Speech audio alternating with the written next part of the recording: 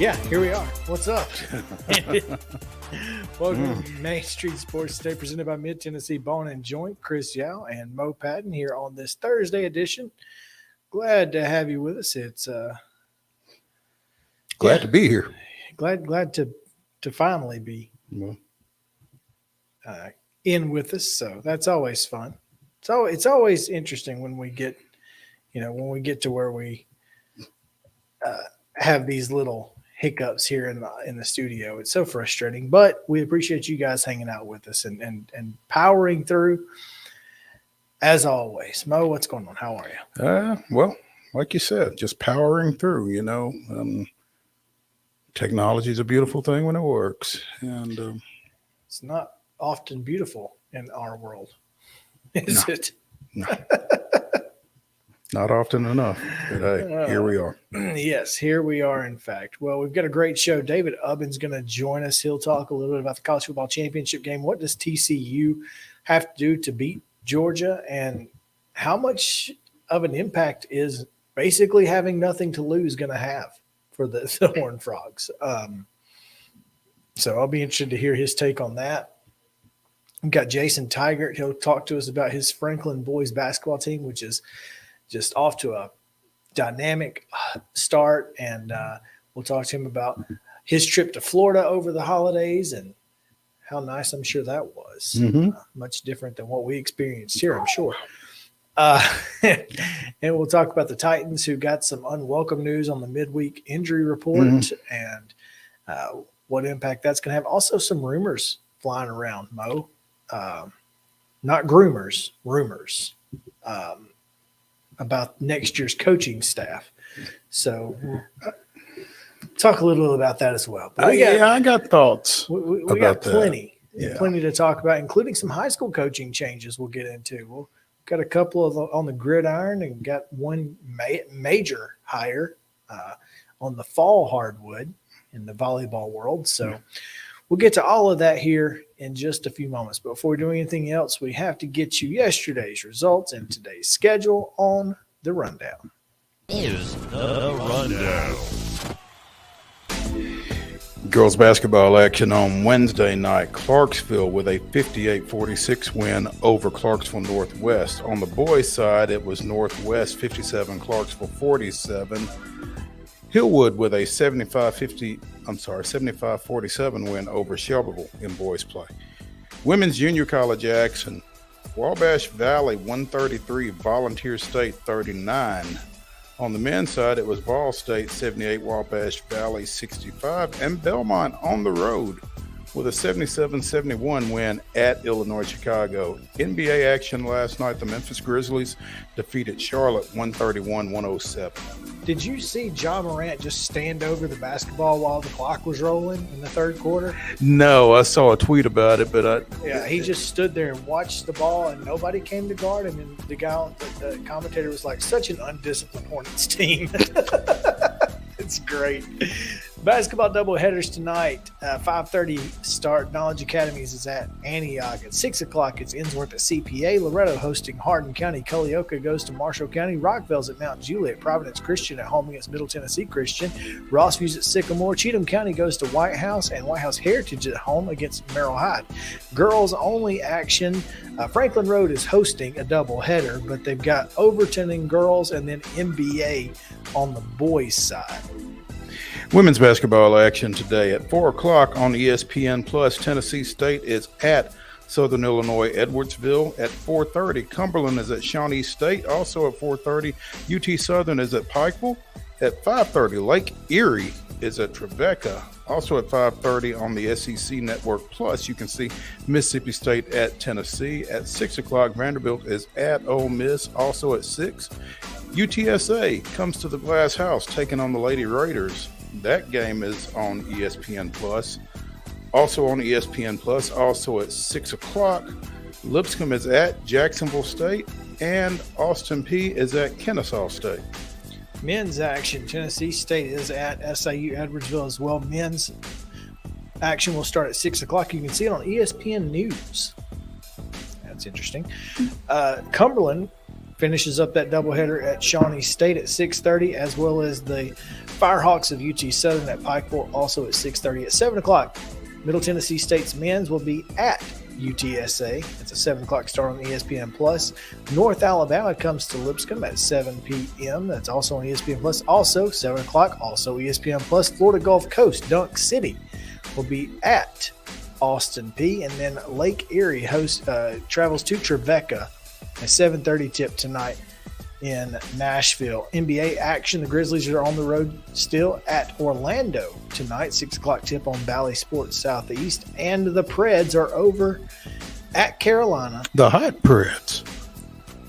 Yeah, but they've played a bunch of 22nd and worst defenses in the league teams. So. But they beat them.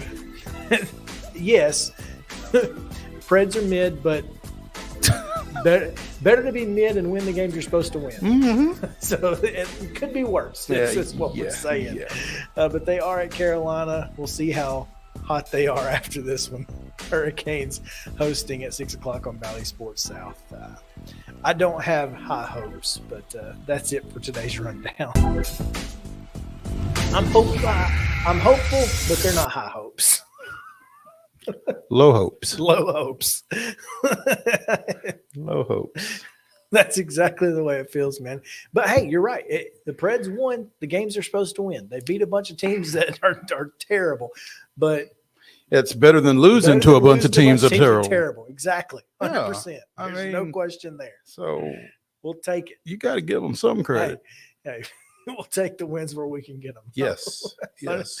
No doubt. All right. Let's get into our top story today. We have a couple. First thing we want to mention is that just before we came on air, I got a notification.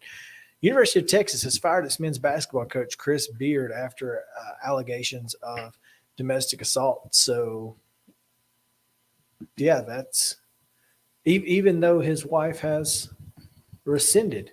Is it his wife? Well, I don't know. That's His a good domestic question. partner. I'm sorry, their fiance. That's right. She's not married to him yet. Yeah. But apparently going to continue being his fiance and try to take some blame. Well, She forgot to secure the bag first, Mo. she forgot that the bag had not been secured. Yeah.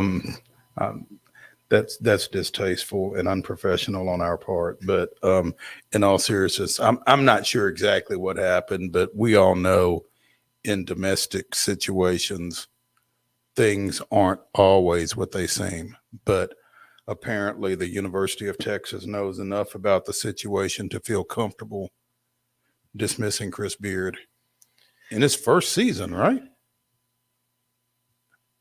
It's a good question. I don't know.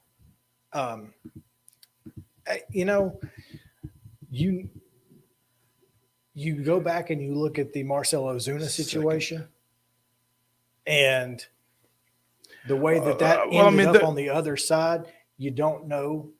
There's don't know what you don't know. Yeah, that's the thing. I mean, there's just any number of situations where you don't know what you don't know, and there's no rarely do you know as much as you think you know. There's that. I mean, the only two people who really know are them. Those two people. Yes. So yeah, it's frustrating and for that situation, but again, like you said, Texas has decided that there was enough to not have to deal with that headache. Yeah. Hired in 2021 after leading Texas Tech to the 2019 NCAA championship game. He has been away from the team since being suspended after his mid-December arrest, and they had gone 5-0 before that loss Monday to visiting Kansas State. But I guess there's something to just, from a team standpoint, getting that situation addressed and trying to move forward rather than dealing with the uncertainty of whether he's coming back or not, that kind of thing. And,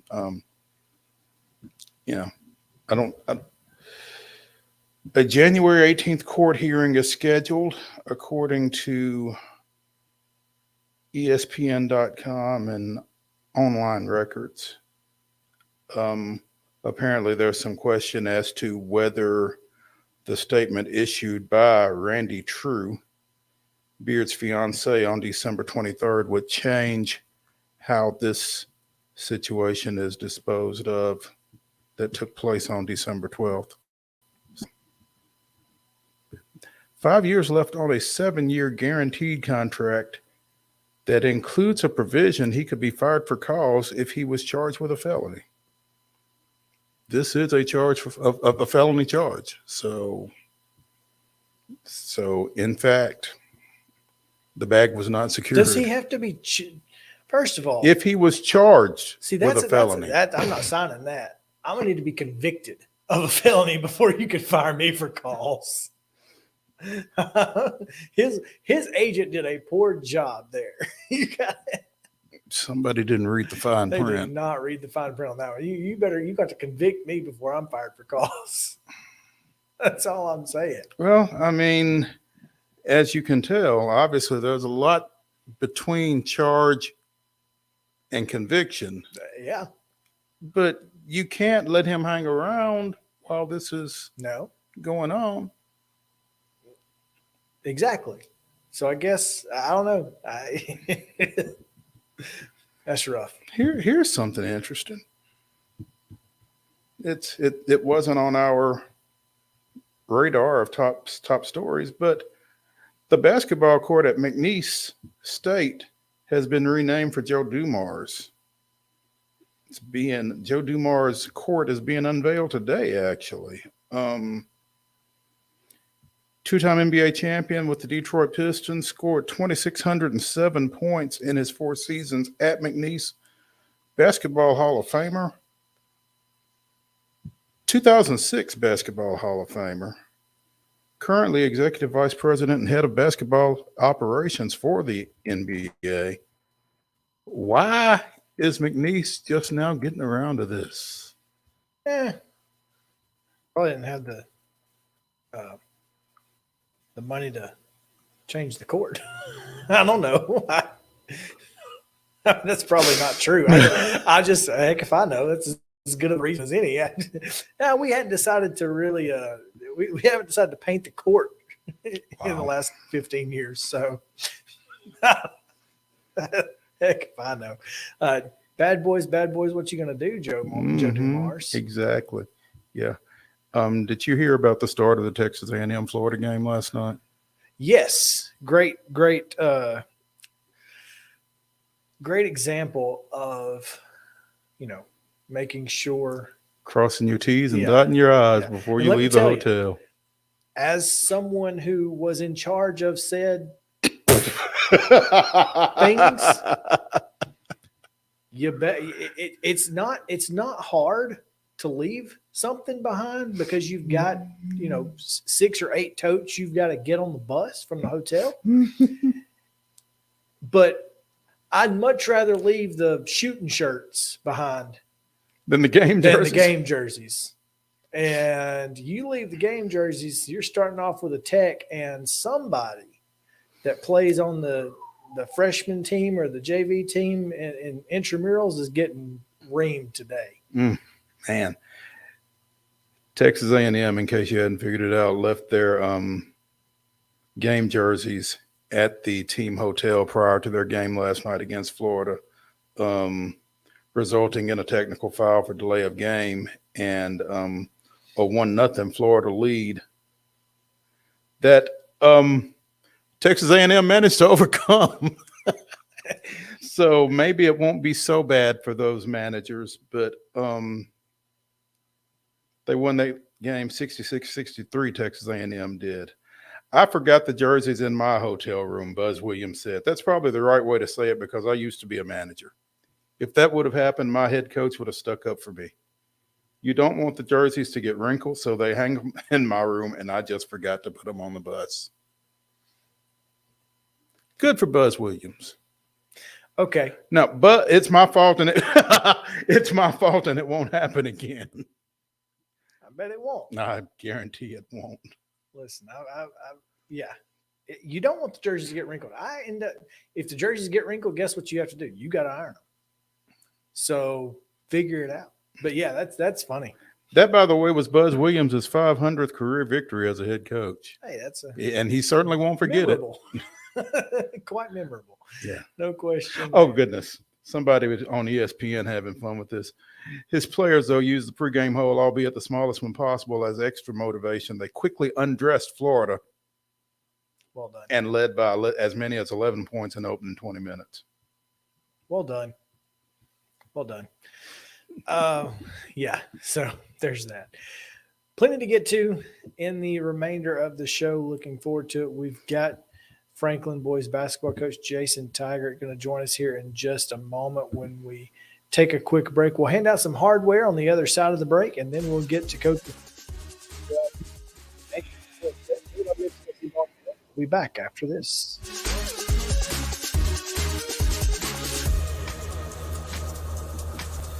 Mid-Tennessee Bone and Joint treats your orthopedic injuries and existing conditions. Our trained physicians will get you back in the game faster.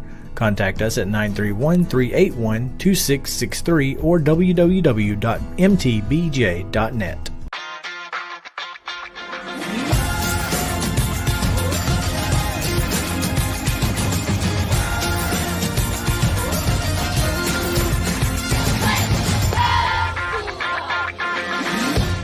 Hey folks, while we take a quick break from the show, I want to tell you about our friends over at Custom Stone Handlers in downtown Columbia. Ed Rich and his team at Custom Stone Handlers believe in leadership. And outside of the military, our greatest leader building platform is sports.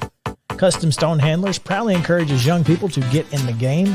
You can contact them today at 931-490-4990 or visit CustomStonehandlers.com. Jones and Lang Sporting Goods here in Columbia has been outfitting teams, officials, and anybody else from T-ball to college for 50 plus years. Be sure and check them out at 931-388-8060 or online at jonesandlang.com. Jones and Lang Sporting Goods, the look of a winner. Zion Christian Academy, ZionEagles.org or 931-388-5731. You can schedule your appointment. Go tour their campus. It is beautiful over there, and you're definitely going to want to see it. Again, it's ZionEagles.org. Give them a call, 931-388-5731, and schedule your tour today. Are you an enthusiastic sports fan? Want to have fun and get in on the action? Heck yes, that'd be awesome. Have great attention to detail? Want to stay active? Definitely. Want to give back to the student athletes in your community? Obviously, yes. Then you'd make an excellent high school sports official. We need more officials in Tennessee, because with no high school officials, there are no high school sports. Sign up today at highschoolofficials.com. Mid-Tennessee Bone and Joint has been the official sports medicine provider for Murray County Schools for more than 40 years. We specialize in orthopedic injuries, and our Ortho Quick walk-in service lets you bypass the ER. Visit us online at www.mtbj.net.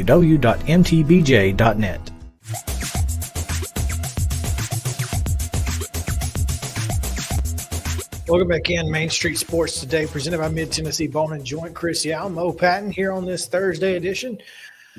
Glad to be with you as we have a great show coming up with a couple of great guests, including Jason TIGERT with Franklin boys basketball coach. We'll get to you in just a second. We appreciate you coming with us. But first, Mo, we need to get to some hardware with our End-to-Win Life Team of the Week here in Southern Middle Tennessee, and this is a little ironic. It is a little ironic, and it's a team that Coach TIGERT has a little familiarity with. The Independence boys went down to Florida and went 3-1 at the 28th annual Hilton Sandestin Beach blowout, extending their win streak to 11 games. They won 3 games down there, defeating they defeated Buckhorn of Kentucky 92-37, South Walton of Florida, I guess the host team, I don't know, 75-60, and Saltillo of Mississippi 72-53 to advance to the championship game in that tournament. Good for them. Good for them, where they lost to said Admirals 77-75 in overtime. And again, we're going to discuss that a little bit more with Coach TIGERT here in just a second. But the Independence Eagles are our End-to-Win Life Team of the Week, presented by Custom Stone Handlers. So congratulations to them. And our Mid-Tennessee Bone and Joint Southern Middle Tennessee Athlete of the Week. We'll stay in the hoops. I don't know that we have recognized an 8th grader in that position before. Maybe a golfer. Maybe. But I don't know. Yeah, well, we have now. Zion Christian guard Aiden Glenn averaged 25.5 points in a pair of Zion Christian losses last week, both in overtime. Scored 28 in a 61-56 loss to Eagleville and 23 in a 61-57 loss to Santa Fe. So couple of big games for the youngster there, Aiden Glenn of Zion Christian, who is our Mid-Tennessee Bone and Joint Athlete of the Week. So congratulations to him. Congrats to him indeed. Now it's Coach's Corner, presented by From the Heart Cafe out in Chapel Hill. Renee Hart and the fine folks out in Chapel Hill keeping you fed and happy, whether it be with breakfast in the breakfast barn, or if it's catering, maybe you need lunch catered, she'll be happy to bring you some great food. Maybe you need a dinner catered, or maybe your wedding, or anything else that catering can be used for.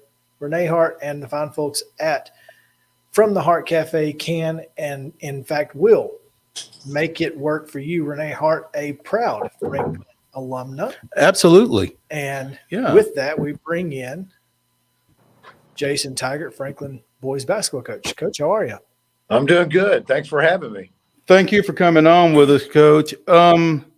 Admirals off to a 14-2 start following Tuesday 69-31 win over Summit. They have now won their last 8 games, and I guess I'm glad to be done with Ravenwood, because the 2 on that record, both courtesy of the Raptors. Yeah, Coach, they've kind of had our number this year, and so hopefully we'll have another opportunity to see those guys when we get into the region tournament.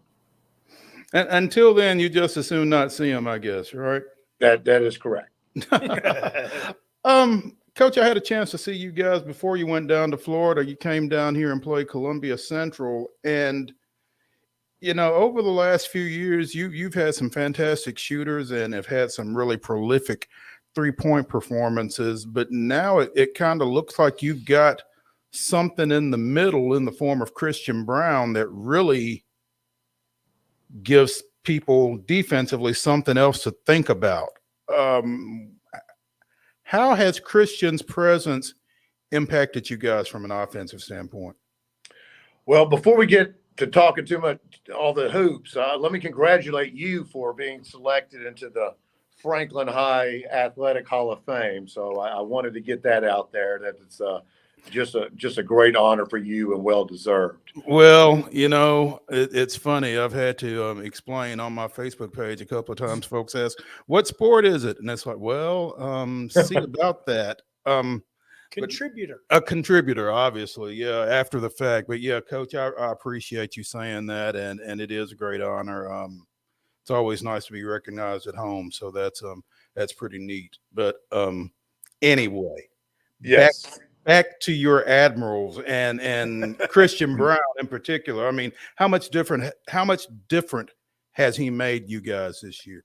Well, Christian's a tremendous all-around basketball player. He obviously rebounds well. He's a rim protector for us that we really didn't have that type of presence around the basket.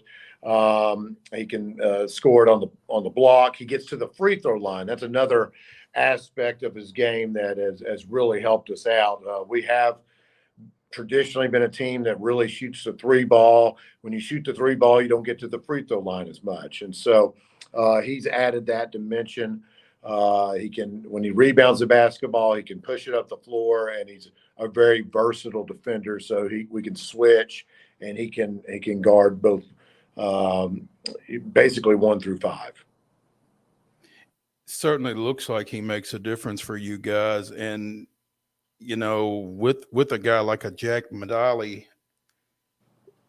he creates some matchup problems, I would think, for a lot of teams. The two of those guys and their size, kind of, when you're not going to see that kind of size typically in this area, and so folks kind of have to make a decision when they're defensing you guys. Well, and both of those guys you mentioned, they're both very versatile. Like I said, they can handle the basketball. They can play out on the perimeter. If teams choose to switch and put smaller guards on them, then they can go operate down in the post area. So it does give us a lot more versatility offensively. But the fact that both those guys can guard multiple positions also helps us out on the defensive end.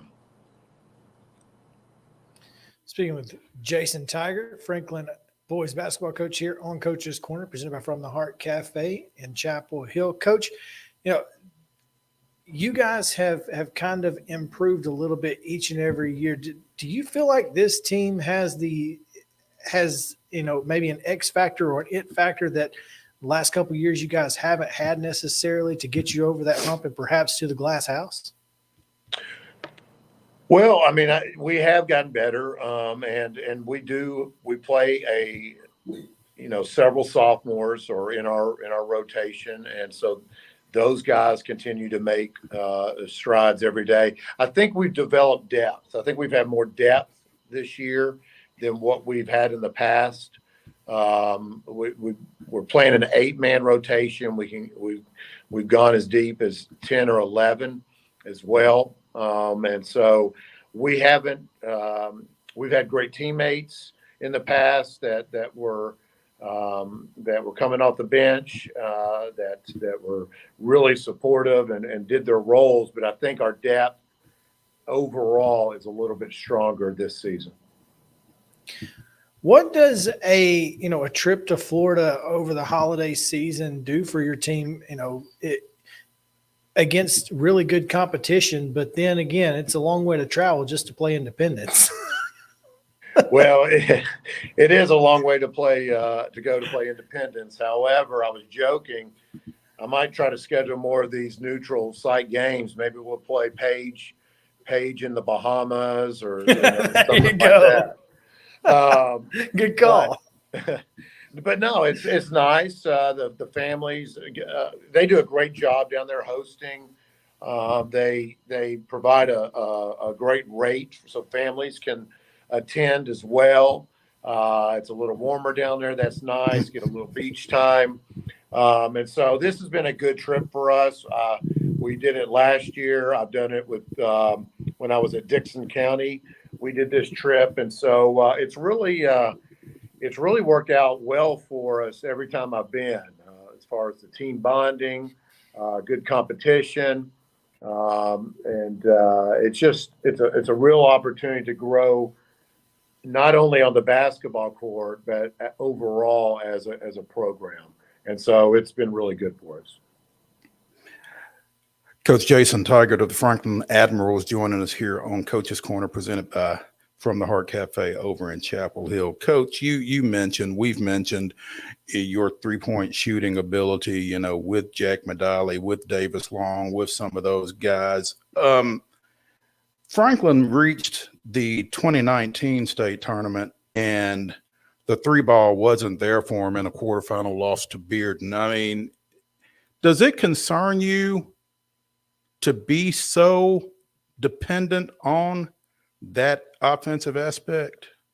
That has been a major conversation that we have had with our team since the Ravenwood losses. If you look at our two losses, we shot it extremely poorly. And what we have learned and tried to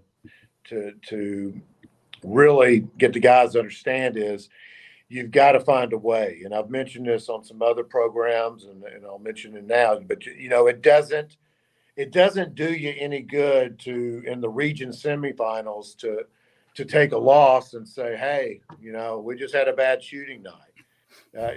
So you've got to find a way, and that's why I mentioned earlier. Finding a way to get to the free throw line. This year's team is getting to the free throw line significantly more than we have in the past. And so that's one way to overcome bad shooting nights.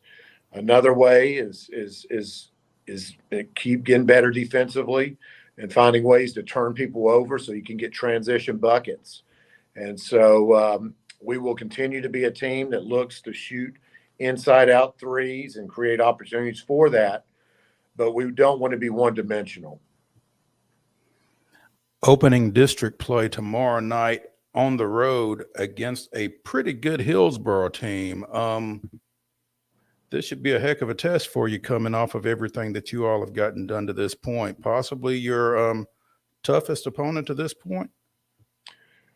Well, I mean, if you go by the strength of schedule thing that Coach T does, Hillsboro's currently number one in the state as far as that, and that's it's not the most accurate necessarily, but there's a pretty good game sample size, and so Hillsboro with only one loss, playing a pretty tough schedule, and at their place is no doubt it's going to be challenging. And watching them on film.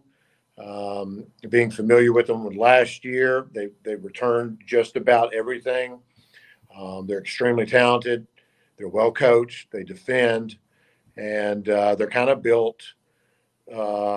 He's built that program to have success in a tournament, and so you kind of know what to expect from them. But they just do the simple things the right way, and so it will be challenging. They're different than an Independence. They play different style of ball.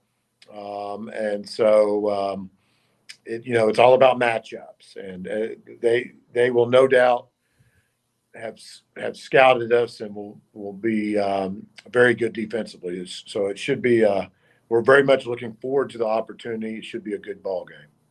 Hillsborough, by the way, coached by former Ravenwood coach Rodney Thweet. So there's that.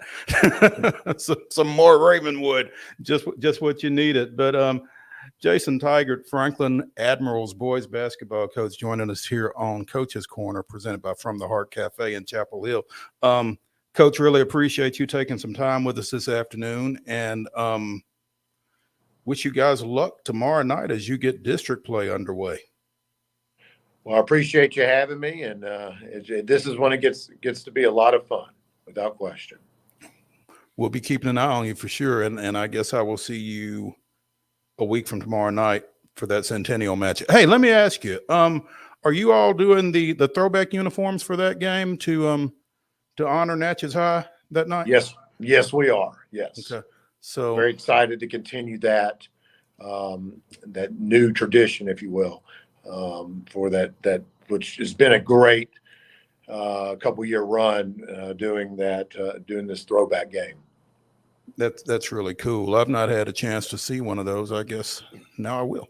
So awesome. Looking forward to that. Looking forward to seeing you on the 13th, Coach. Again, congratulations and good luck to y'all this weekend. All right, thank you, and congratulations again for getting selected to the Hall of Fame. Thanks, man. I appreciate it. There you go. Coach Jason TIGERT of the Franklin Admirals. It's going to be fun to watch them throughout the rest of the year. Hey, and I'm really excited about that region, particularly. Mm-hmm. Those two districts are always fantastic. Yeah, because, I mean, you've got Hillsborough in there. Obviously, you've got Brentwood in there. You don't have Ravenwood because they're in this one. But Centennial's been playing some pretty good ball as well. So that district, this district down here with Indy, Summit, Central, Ravenwood, and Nolensville is in that region. When I saw the Lebanon Ravenwood score the other day, I thought, man, Ravenwood really put up a pretty good fight. I didn't realize that Ravenwood was as good as they are. Clearly, they're quietly, man. Patrick Whitlock does a really good job over there. I mean, they just, and maybe it's because of where they are. I just, I just didn't realize that Ravenwood basketball was that darn good, and they are. Well, and again, they put the two blemishes on Franklin's record to this point. They are in a little bit of a skid right now. Actually, they're 8-7, but they lost a couple. They were down in the Panhandle over the break as well. Dropped a couple to Christian Brothers and to Cookville in the Northwest Florida shootout at Choctawhatchee Senior High School in Fort Walton Beach. First of all, we all went down there to play Christian Brothers and Cookville. Yeah. Choctawhatchee did them no favors. Yeah. I mean, they could have played those, and but I mean, as Coach TIGERT was saying, they probably didn't mind because it was nicer down there than it was here. It don't matter who we're playing, as long as we're down there. Yeah. We and as you mentioned a couple of nights ago, they lost 50-47 over at Lebanon. So that's not a bad loss. No. So, and they open district play tomorrow night at Nolensville as well. The Raptors do. So there you go.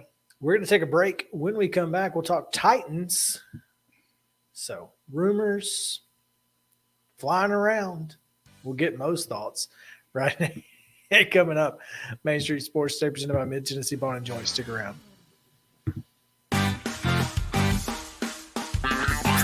This is Chris Yow with Main Street Sports Today. Every show, Mo Patton and I welcome friends from all across the sports landscape, from high school coaches and reporters to national, college, and pro sports personalities. You never know who might stop by for a chat. She's on Thinking Out Loud, presented by Regions, and Out of Pocket with Alyssa Lang. It is, in fact, Alyssa Lang. I'm a little nervous. I'm going to lower the bar for guests now. Oh, no. Apologies in advance. It sounds like SEC Commissioner Greg Sankey. You got that radio voice. I do. It's a good sound. Thanks for radio, too. As do we.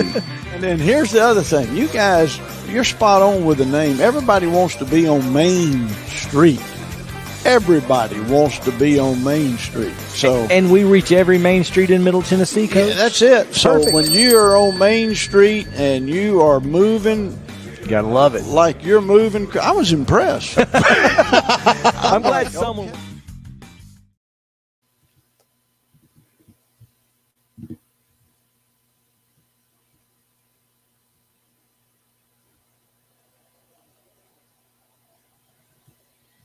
Welcome back in Main Street Sports Today, presented by Mid-Tennessee Bone and Joint. Chris Yow and Mo Patton on this Thursday edition. Talking a little Titans now, Mo, because just after we got off the air yesterday, we saw a tweet go out that perhaps the Titans may be making some changes on their coaching staff that will not, capital NOT, include Mike Vrabel. Ken Moore at K Moore Sports. Per sources, Todd Downing expected to be among several coaching changes on the Titans staff whenever the season concludes. Mike Vrabel will not, capital NOT, be among those changes. Vrabel will be involved in GM discussions as he should be. Again, this is from Ken Moore at K Moore Sports on Twitter. Now, who is Ken Moore? You know, I'm not familiar with them. Other folks that I have spoken to that cover the Titans rather extensively are not familiar with them. But in his Twitter bio, it says college football analyst for ESPN Plus, SWAC, ESPN3, Legacy Sports Network, host of Titans the Day After podcast. Now, he's got Houston pinned on his Twitter account, so maybe he's based out of Houston. So Well, I say all that way, to say it's this. a rumor. But I mean, it's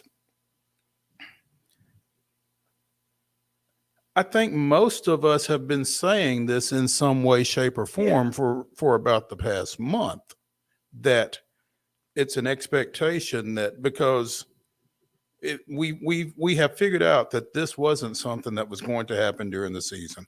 Mike Vrabel is not going to make a change to his coaching staff during the middle of the season. The season is not over. Once the season ends, whenever that is, you know, whether it's Saturday night or next weekend or in the Super Bowl. You know, Now, if they make the Super Bowl, then what? That's a good question. That's a good question. But I don't think we have to worry about that. But my point is, Josh Dobbs leads Titans to Super Bowl. Oh, stop man. it. Stop it. And I probably shouldn't even said that myself. But I Can you imagine? I can't imagine. I don't understand.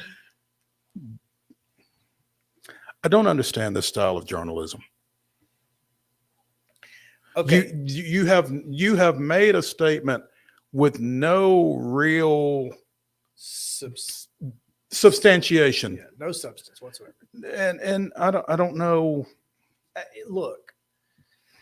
And so now other people are retweeting it and other people are saying, you know, according to Ken Moore. Yeah, which whoever the hell that is.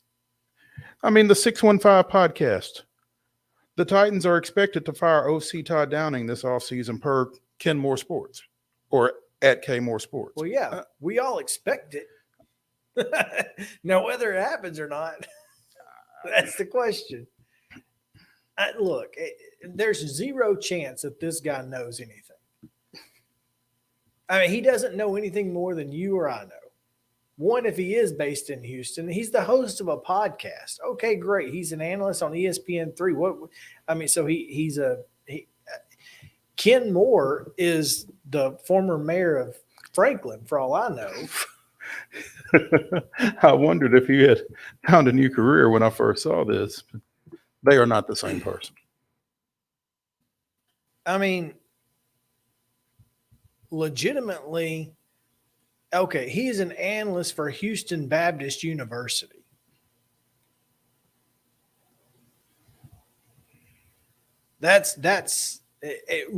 So understand that Jacksonville State has an ESPN3 broadcast, right? Well, their women's basketball play-by-play voice as a senior in the communications department. So Ken Moore, the point that I'm trying to make here is that, one, there's a difference between journalism and TV analyst personalities or podcast hosts. There's a difference. There's a difference between what you do versus what, other people. Just because you're in media doesn't mean that you're a journalist. There's a difference.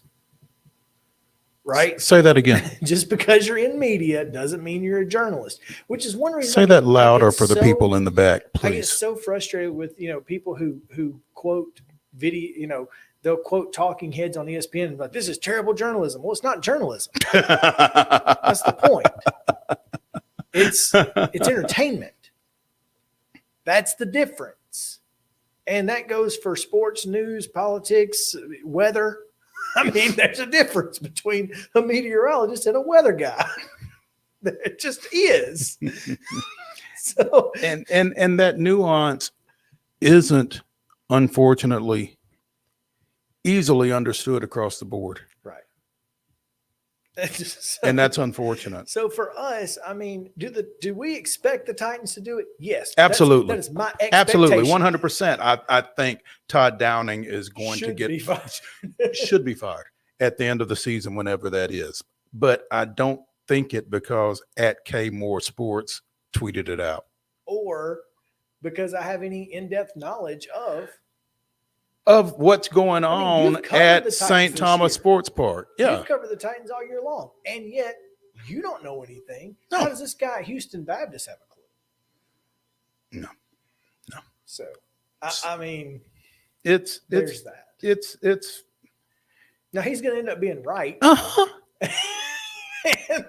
And that's the thing. He's going to end up being right, and he's going to be able to say, like I tweeted. Exactly. You got to be careful. You almost wish he wouldn't get fired. Almost. Yeah. Almost. Yeah. We've run into that on other occasions recently. Yeah. Well, the Titans have some decisions to make. Mm-hmm. Obviously, general manager being the first of those. But, the problem that I have with firing your offensive coordinator in the NFL is that all you're going to do is get somebody's retread anyway. But you don't have to. Now, if you were Mike Vrabel, based on what you have seen at their most recent destination, would you perhaps go and call your former offensive coordinator? Which one are you referring to? Arthur Smith has a job. Based on what you've seen at his most recent destination. I don't think Arthur Smith is going to be looking. I don't think Arthur Smith is going to voluntarily leave the Falcons. Okay. And I don't think they're gonna. After 2 years, right? Yeah. I don't think they're going to pull the plug on him. Not yet. Yeah. So no. I think, isn't it Tim Kelly who is on the staff currently? Yeah. See how that worked out. Well, hiring from within. But this is a guy who comes a little bit more highly touted than Todd Downing did. I just feel like you've got to find somebody with the same mentality you have. And I don't think Todd Downing has the same mentality that Mike Vrabel has. I'd agree with that. I mean, when you look at the way this team is built offensively, it's kind of built in Mike Vrabel's image. I mean, grind it out, pound it out, throw the ball to open up the box, and then and go back to giving it to Derrick Henry and use play action to, to keep people honest. And for the most part, that's worked to a degree. I mean, Todd Downing has no control over the injuries to the offensive line. I get that. And maybe that's been his entire MO this whole season, is trying to figure out a way to work to play call around the deficiencies of the offensive line. That's very well possible. But, at some point, the rubber's got to meet the road. Mm-hmm. And decisions that he has made in crunch time have almost always been the wrong one. Well, and again, I think two of the more irritating aspects and consistencies in Todd Downing as offensive coordinator have been, people feel like he's predictable, and he tries to dispel that at the worst times. He does. And look, you've got 3 athletes on this team that need the football as much as you can get it to them. No. It sounds like one of them may not necessarily be available Saturday night. Well, and that could be a problem. But I guess my biggest issue is Todd Downing struggles to adjust. The offense in the second half has been abysmal. Mm-hmm. And he's been unable to find a way to make what worked in the first half work in the second half, or adjust to something different based off the adjustments made by the opposing team's defensive coordinator. To me, and I've always said this, coaches make their living at halftime. And right now, he's not making much of a living. Mm-mm. So that's my problem. Now, as you pointed out, he may be without a big piece of the puzzle. Traylon Burks with a groin injury didn't seem as though he wasn't going to play when talking to reporters in the locker room yesterday, but was listed on the injury report. Now, maybe it's a Miami Heat kind of thing. He's putting everybody on. Yeah. Everybody's on the injury report. Well, we don't have to do it for pettiness. We can just do it. Yeah. I think, though, that anytime this fan base sees anybody on the injured list, it's the sky is falling all over again. And again, when it's someone who has been as explosive and as unavailable as Traylon Burks has been this year, it's tough, because you've seen what he can bring. You saw it in that Dallas game, and particularly in the receiving core as currently constructed, you need him, because clearly Chig Okonkwo isn't going to get but 3 targets a game. Despite going him back being to one of those 3 athletes that need the football. Mm-hmm. So, yeah. We'll talk more about a lot of this tomorrow when Teresa Walker visits with us. During the first half, second half of the show, which is it? I have no idea. You don't know because you didn't set it up. I didn't set it up. She's coming in at 3:00 tomorrow. 3:00. So in about 24 hours. Before we get out of here, Mo, we do want to say how incredibly awesome it is to hear that Damar Hamlin has apparently, not only has he become conscious, but he's communicating. Apparently communicating and asking questions that shows that he is at least somewhat cognitively there. Mm-hmm. Allegedly asked doctors who won the Monday night game. And to which doctors reply, you. Yeah. You, DeMar, Well, you won. It's ironic that he asked who won the game because he just assumed that they played the game. Right. That's what's crazy. So it is pretty interesting how great that is. And you know, Mo, I saw yesterday that the NFL said nothing's off the table.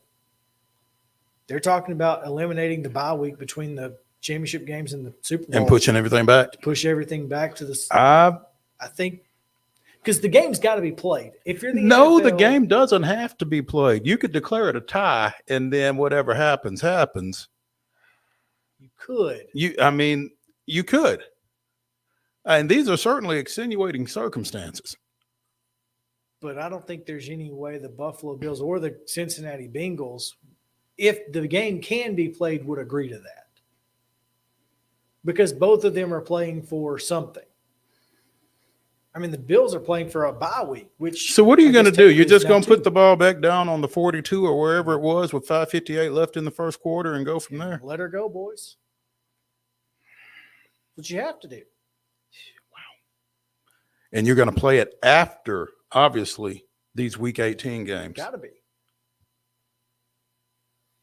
So you're going to push everything back.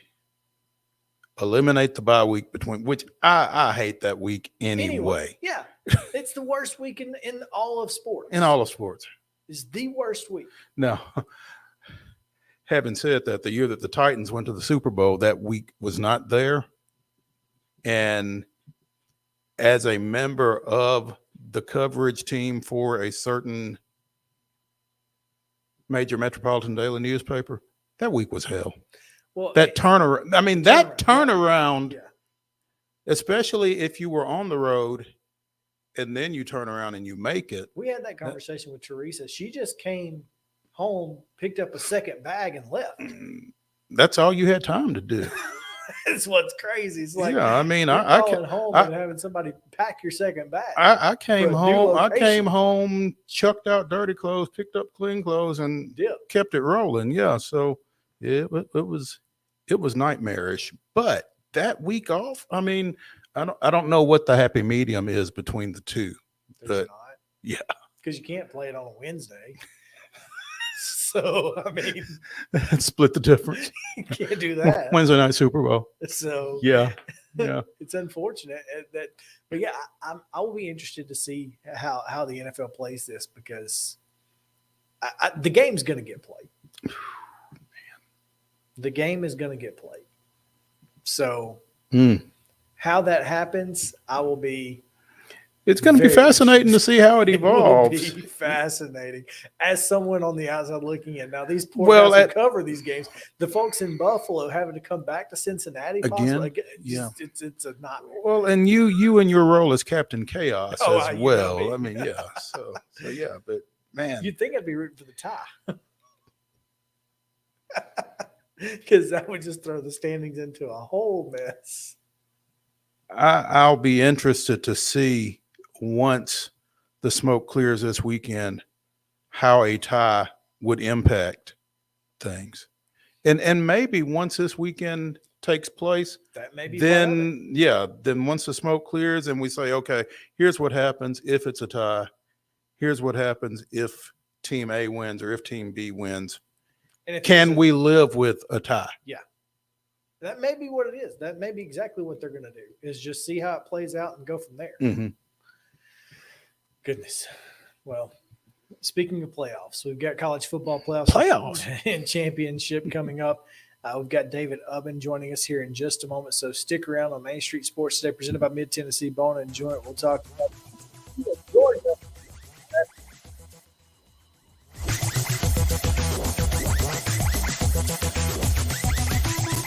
Mid-Tennessee Bone and Joint treats your orthopedic injuries and existing conditions. Our trained physicians will get you back in the game faster. Contact us at 931-381-2663 or www.mtbj.net.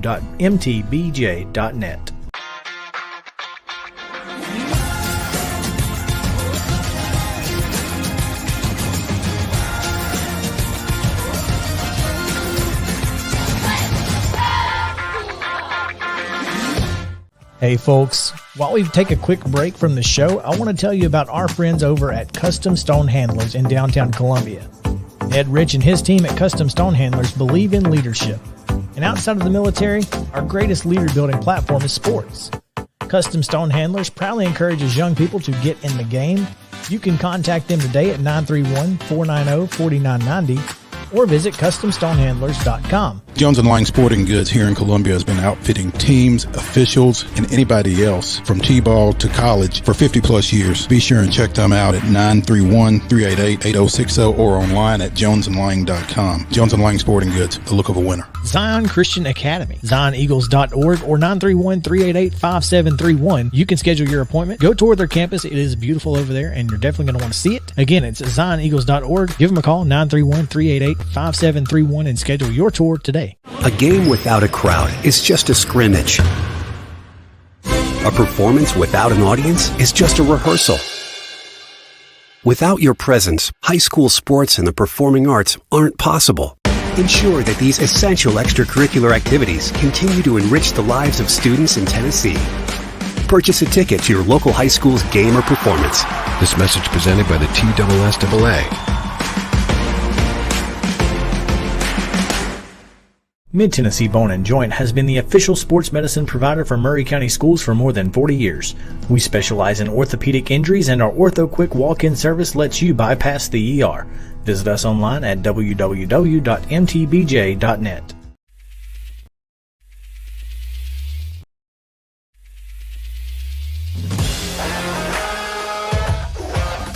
Hockey in Music City just hits different.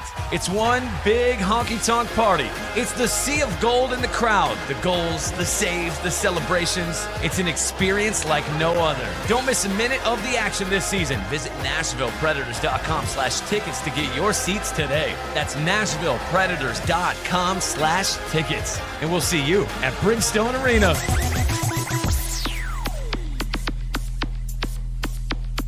Welcome back in Main Street Sports Today, presented by Mid-Tennessee Bone & Joint. Chris Yow and the freshly minted Franklin High School Hall of Famer Mo Patton. It's on Twitter. It must be true. It must be true. Yeah. Well, to which Jay Johnson, the athletics director, said, I tweeted it, so I know it's true. So. Well, there you go. Yeah.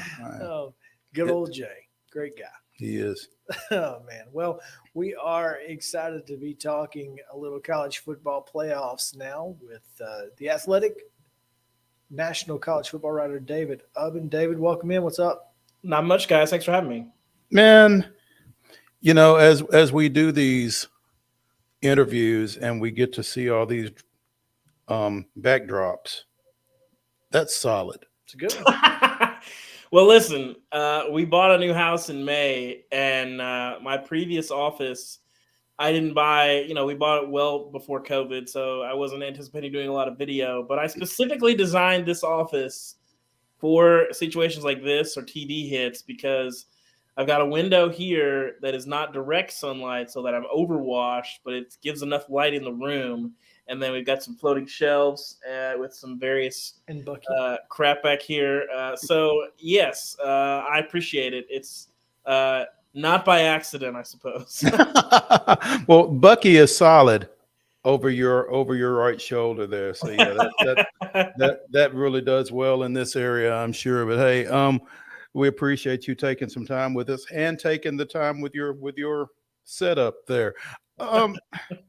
David, I can't speak for everybody, but I've been looking for TCU to fall on their face all year, and it just hasn't happened. What happens Monday? Well, so, I mean, that's an interesting question. I think ultimately, TCU is the biggest underdog in the history of college football national championship games since the advent of the BCS. Nobody's been bigger than an 11-point underdog, and TCU right now is sitting there at 13. You look at 24/7 talent composite. I think TCU is sitting there at about 30. Somewhat of a flawed metric in the transfer portal era, but still pretty reflective. Georgia number 2, right behind Alabama. So, TCU has played above its weight class all season long. They've had a relatively comparatively, I guess, easy road to get here. They've erased a bunch of double-digit deficits. They're 7-0 in one-score games now, I believe. So they've been an unbelievable story, and now you sort of get to the big boss at the end. I've written a couple times this year that Georgia has kind of replaced Alabama as the standard in the sport. And I think a year like this goes a long way to proving that, where you lose 5 first-round picks off of your defense, and you're still pretty clearly the best team in the country coming back. So it's going to be an uphill battle, but TCU's been fighting those all season long. I wrote this week, I talked to 9 coaches around the league and around the SEC and the Big 12, and only one of them picked TCU. A few others were like, I'm not comfortable picking against TCU, but Georgia's clearly the better team. So it's kind of one of those things, one time, can TCU win this game? Sure, they can. Will they? That's probably, a question for probability. But, they play this game 100 times. TCU probably wins it 10, 15 times maybe. Interesting. That is interesting. That's an interesting number, I think, because I'm not sure I'd have picked that high. But, as Chris and I have been discussing this game, and we discussed TCU Michigan and the way that thing went, I'm stealing his thunder a little bit. But TCU's speed and athleticism seemed to overwhelm Michigan. That's not going to be the case Monday night. No, I think TCU right now, I think I talked to a couple coaches who noticed this in that this is still year 1 for TCU under Sonny Dykes and under defensive coordinator Joe Gillespie. And they've noticed multiple players playing with a lot more confidence and a lot more speed as the season has gone on. And we saw that. TCU doesn't have a lot of get-off-the-bus all-stars. They don't have, a lot of Darnell Washington, Tate Ratledge, even I guess you want to say Brock Bowers. They don't have a lot of those guys that are walking off the bus and you're going, goodness gracious, like Georgia does in the same way. But they were hitting. If you look at that game and you wanted to say, that the talk all year or all week or all month, I guess, was, well, Michigan's too physical for TCU. They can't handle them. And Michigan did a lot of things to keep TCU in that game. But I think even all those things considered, you can't say that Michigan was clearly the more physical team. TCU is the one who ran for 250-something yards, and Michigan gave up. Michigan had a 50, 60-yard run on the first play, and they finished with like 180 yards rushing. That's game flow, all that stuff. But at the end of the day, TCU matched it. And you're sitting here another week for this game, and you talk to coaches, you hear a lot of the same things. Well, Georgia's too physical. Georgia's too physical. And TCU, as I wrote in the piece I wrote today, TCU can do some things to kind of mitigate that and to get blocker or get defenders free to slow down that run game and give quarterbacks interesting looks. So, ultimately TCU plays a very physical brand of football, and they are a lot more physical than people give them credit for. But because they don't have a ton of 5-stars and they haven't played, pretty quintessential bully ball in the way that Michigan has, people kind of want to discount that. But you talk coaches in the Big 12, they'll tell you TCU, those guys play really, really physical brand of football. David Ubben of The Athletic here on Main Street Sports today. David, 2 things that I feel like TCU is going to do. They're going to play with the chip on their shoulder, but they also have nothing to lose in this game. How much of an impact does being able to play loose have for this team? I actually disagree with you that they don't have anything to lose, in that this might be TCU's shot. Getting back here, getting one game to play for a national championship. TCU hasn't won a title since 1938. This is your one shot. And you can say, well, if you lose, you're still going to get the parade back in Fort Worth and you're still going to get a lot of pats on the back. Sure, but they want to win this ball game. And if you're TCU, you're probably not going to get another chance for who knows how long. In the expanded playoff, I think there's a case to be made that it's an even harder road to get to this stage than it is even in the playoffs.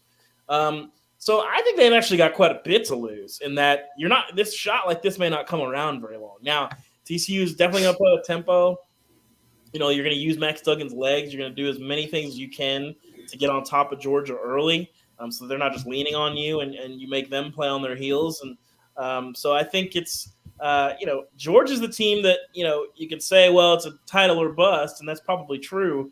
But would you bet against Georgia getting back here in 2 to 3 years? Because I don't think I would.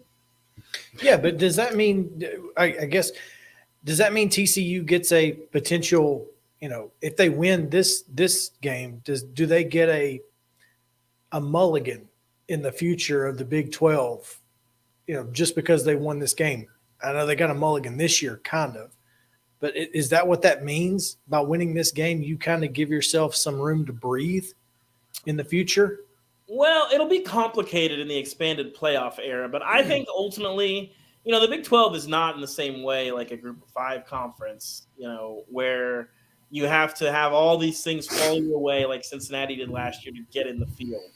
Ultimately, if you win all your games in the Big 12, you're going to get in. And this year, they just got fortunate that, Tennessee loses, USC loses, LSU doesn't really – they're not playing for a playoff spot. If they play up, but they had enough breathing room to, lose that game and get in there. So I think from one year to the next, it really just depends all, on the situation, the context of that particular year. And, certainly the Big 12 is not on the same level as the SEC is right now or as the Big 10 is right now, at least at the top. But the league is pretty strong, top to bottom. Big 12 had a really, really good year. And I think you talk to people around the Big 12, they're very proud of the fact that, hey, yeah, Texas and OU are headed to the SEC, but Texas and OU also haven't played the Big 12 championship game in either of the last 2 seasons. And that's a pride point for a league that's had 4 different teams play in that game the last 2 seasons. And all 4 of those teams are still going to be in the Big 12 when Texas and Oklahoma lead. And to that point, David, with Texas and OU going out, with Houston, Cincinnati, BYU, and Central Florida coming in, I mean, has TCU kind of cemented itself at the top of the new Big 12, regardless of what happens on Monday night? No, because I think the new Big 12 will be really interesting because it'll be the most competitive league. You look around and, the SEC, you still have Alabama and Georgia that are recruiting at a level that's just separate from what everybody else is doing. You look at the Big 10, Michigan and Ohio State, even once USC will be complicated, but, we'll see what Lincoln Riley can do and what that looks like. But Michigan and Ohio State are still clearly the 2 best programs in that league. The Big 12 now, you look at the recruiting rankings, you look at the talent composite, it's going to be a grab bag because from that 15 to 35, you got like 6 teams. And that, when you look at the gap from 1 to 10 in the recruiting rankings and talent composite, that's a huge gap. You look at the gap from 15 to 30, that's not that big of a gap. And so the Big 12 is going to be a free-for-all every year. I think it's going to be the most fun league. I think we've written about that some this week. And nobody's going to run that league in the same way that Oklahoma has, that Texas did under Mac Brown, despite their last decade of sort of swooning. I think TCU is certainly at the top of that food chain. Baylor's right there as well. I think Oklahoma State can get in there. And I think from year to year, depending on what you bring back, there's not going to be a situation where you have Oklahoma that gets picked to win the league 7 out of 10 years and wins it, 6 out of those 7. That's not going to happen in the new Big 12. It's going to be the most wide open league, the most fun league, and a fun brand of football. So I think that's something, again, you talk to people around the Big 12, it's something they're excited about. David Ubben of The Athletic, at David Ubben, David UBBEN on Twitter. David, is Gary Patterson the sickest man in the country right now? Listen, I think Gary is very headstrong. He is also enshrined outside of Sonny Dykes' office in bronze. Listen, Gary did a lot of really good things at TCU. I think ultimately, he had the 2014 team right on the doorstep, the playoff. Some would say robbed. We can deliberate on that another day.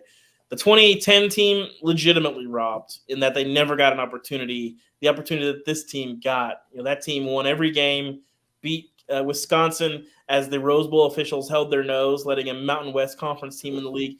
Gary Patterson, TCU is where it is because of Gary Patterson. And I think last year, a lot of people, anyone certainly would agree that it was probably time for them to go their separate ways. And, certainly I think Gary, because he's so headstrong, would take that personally. But I think he's happy for a lot of these guys and happy to see TCU thriving. And I think in time, some of those things will heal. And I'm sure, there's probably a little bit of Gary that's kind of like, I'm sure it eats at him a little bit. But I think in time, and I think big picture, I think he's proud to see TCU get to where they are right now, in a spot that, they might have been under Gary in 2014 if they'd gotten in the playoff, or might have been in 2010 if Tank Carter and Andy Dalton had gotten the shot that they never got. Well, if Gary Patterson is enshrined in bronze, and then they have to be drawing up the statue for Sonny Dykes, right? It's an interesting question, I suppose. But at the end of the day, TCU is in the Big 12 and has its shiny new stadium and has all the money that it has because of what Gary did. You look at where that program was when he took over, and what he built them into, and the pride that he infused in the program, and building it to a place they could have success in the Big 12. Gary earned that statue, and maybe Sonny gets one on the other side of the stadium. You've got Gary statue, you've got the Horned Frog statue outside of there, and if they win on Monday night, maybe Sonny gets one on the other side of the stadium. Amy Carter. How does TCU win this ball game? Well, I wrote about that a little bit today in our anonymous coaches piece. I think there's two routes. One, you make plays down the field. You got to protect Max Duggan, and you've got to make sure that Tennessee, that Georgia sees him as a threat. We wish. that Georgia sees him as a threat in the running game at all times. They have to account for him. That opens things up down the field. That opens things up for your running backs. It'd be nice if Kendre Miller is healthy for them. But the coaches were kind of split that Amari DiMercado, might be able to pick up the slack. He hadn't really been used this year, but ran for 150 against Michigan. And then I think maybe that 3-3-5, you slow down Michigan's running game. You get some free tacklers. You make those plays. And then you get Stetson Bennett's eyes to lie to him. Listen, Stetson Bennett is really efficient. He makes really good decisions. He has not faced a defense that has this sort of alignment, and he has not repped these reads in practice 1,000 times in the way that you would, against a nickel, against a dime, against other formations and alignments that he's more used to. We saw J.J. McCarthy, throw 2 pick sixes. And the reason for that is because there's nobody in the Big 12 or the Big 10 that runs anything similar to what TCU runs under Joe Gillespie. And it's not quite the same as the old West Virginia 3-3-5 stack. And it's not quite the same as kind of the 3-2-6 that Arkansas and Ole Miss run from time to time. It's kind of his own thing, and it can lie to you, and it makes it really, really hard pre-snap. And you got to do a lot of reading post-snap. And so I think the route is makes plays down the field. You get Quentin Johnston to make some plays on Georgia's corners, which a lot of coaches are not in love with Georgia's secondary in a few spots. And then, of course, you force Stetson Bennett into a couple turnovers, and you limit the run game. And if all those things happen, you're going to be in the ball game late. Now, that being said, David, Georgia they've got to have their playmakers do what they do. If Georgia doesn't make any mistakes, say they don't turn the ball over, is that pretty much a death knell for TCU, or can they win this game straight up without much help? Well, I think that certainly LSU and Ohio State have shown the last couple games that you can throw the ball on Georgia. You can. And I think you're going to see them use some of those same concepts. Ultimately, it comes down to you got to protect. If you can protect, TCU has the speed and the talent at receiver to make plays and win the one-on-one matchups that you have to make. So, even if they don't make mistakes, if TCU plays a perfect game as well, they can be in it. Can they win it decisively? Probably not. They probably need a little help from Georgia there. But there's definitely a route for TCU to do it. It's just a matter of, can you limit and find ways in a 60-minute period to limit the gap between Georgia and TCU at so many spots from athlete to athlete, because that is not going away. The good news for TCU is this is not a 7-game series. They're not going to play 100 times. They don't have to beat them 51 times. They got to beat them once, and TCU can do that. And they don't have to beat them decisively. Nope. and I don't think TCU will be too concerned what the margin is if they win this ball game by 1 point on Monday night. I wonder if Georgia fans will be. Just Georgia fans, do you think that they need to cover the spread to be happy about this? Or are they going to be happy regardless? I would hope not. I think you repeat. You can hang your hat on that, because I think the thing that if Georgia wins on Monday night, that is going to be a conversation piece. You can be prepared for it because it's already sort of bubbling up. Is Georgia's in pretty good position to go 3 in a row, and that's something we have not seen in quite some time. So if you go back to back, that's one thing, but it's not like you're going back to back and then you're hitting the reset button. Georgia's got enough talent to be in position to do this again. That would be something. Jeez, no question. That's craziness right now. David Ubben of The Athletic joining us here on Main Street Sports today, presented by Mid-Tennessee Bone and Joint, and bringing his fantastic backdrop and his fantastic insight into Monday's college football national championship game between TCU, don't call them Texas Christian, and Georgia. David, we appreciate you taking some time with us. And you going out? I am. I leave in the morning, so should be a good weekend. Okay. All right. Well, safe travels, man. We appreciate it. Thanks, guys. All righty. All right. We'll take a short break here, and when we come back, some news in the high school coaching ranks here in the Mid-State. We go from pros to preps. And well, if you can go from preps to pros, then you should be able to go the opposite. Flip, and reverse it. Yes. Whatever it is. I don't know. Justin can do it. I can't. We'll be right back after this on Main Street Sports.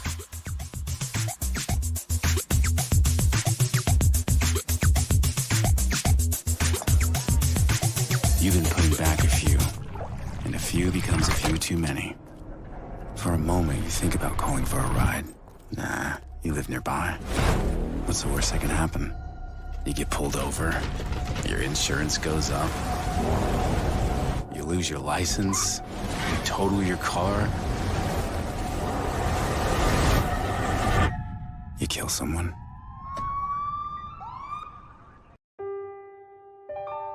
This holiday season, the largest lantern event in the country returns to Nashville Zoo. After sunset, come see more than 1,000 Chinese lanterns. All new designs including mythical beasts, a fantastical North Pole village, even a dragon soaring over your head. Welcome back to Zoo Illumination at Nashville Zoo. Bigger, brighter, and better than ever.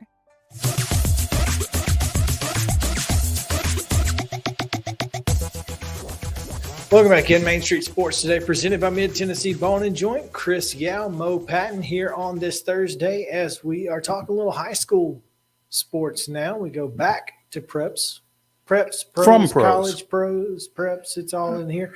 But before we do that, real quick, I want to mention that it was made official apparently before the Orange Bowl, but Tennessee has now released salary information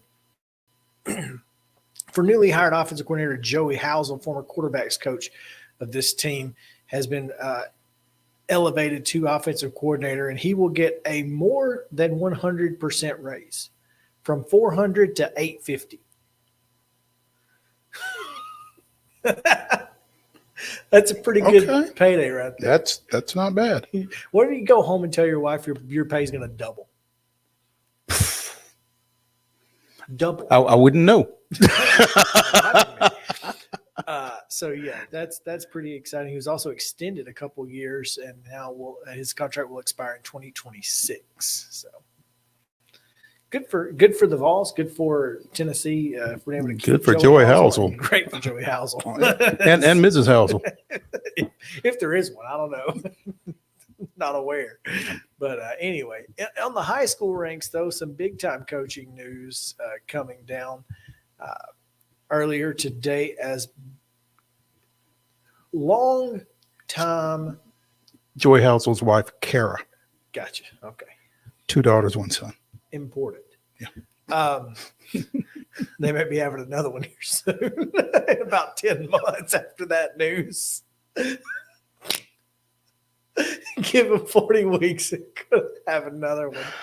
Oh, man. Anyway, on the high school side, longtime volleyball powerhouse, Brentwood. Obviously, last couple of years following, their, I guess, Barbara's handing over the reins, haven't quite been at the elite level, but they've been there. It's relative. It's all relative. Right. When you are replacing a coach that won 1,700 games in and 16 state championships. So I don't know how long she was there, but she was there long enough to win 16 state championships and 1,765 games. I mean, that's eight straight from 13 to 20. And replacing Barbara Campbell is not easy. Well, I mean, you see it constantly in sports. You don't want to be Ray Perkins, the coach after the coach. And Kathy Cram did that for 2 years after being an assistant under the legendary Barbara Campbell. And good, give her credit. I mean, it's almost now we've seen there were some poor decisions made, on Rocky Top following Pat Summitt's retirement, but that's neither here nor there. But, great job continuing that legacy, but it was time to kind of go find somebody that can bring Brentwood to the top. And I think they've done that. They certainly did it. With Hillsborough coach Sarah Rucker named the head coach today. Yeah, led Hillsborough to their first state volleyball tournament appearance in 40 years. And their last. No, sorry, that's Hillwood, not Hillsborough. I apologize. Yes. All the hills. It's okay. Nice try. Hillsborough lost to Brentwood in the semifinals. No, quarterfinals, because it was Cleveland and Collierville in the championship match in Class 3A. But Sarah Rucker spent 10 years at Hillsborough, and this year they finished 25-9 and in the state tournament. Defeated Ravenwood in state sectionals. So that's no small feat in northern Williamson County. No, it is not. So, if you have a track record of beating arguably their biggest rival, then that's going to make you pretty attractive to them if you're looking for a volleyball coach. So, big hire for Kevin Cardell up at Brentwood. It is, in fact. On the gridiron, speaking of elevating, Bob Jordan has been elevated to head coach at Grace Christian. He's been on staff since 2017.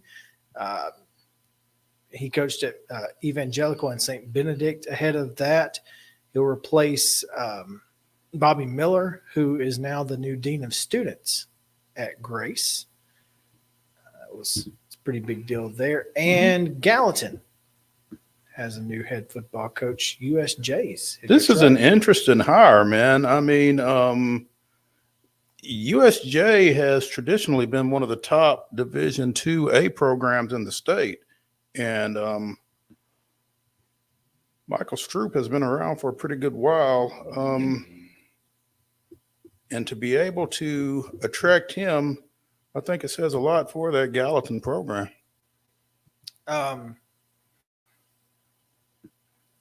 Won a national championship with the Fighting Okra down at Delta State in 2000, and then led USJ to back-to-back Blue Cross Bowls in his time there. This is interesting. We talked about it when we talked about the big-time programs that had coaching openings.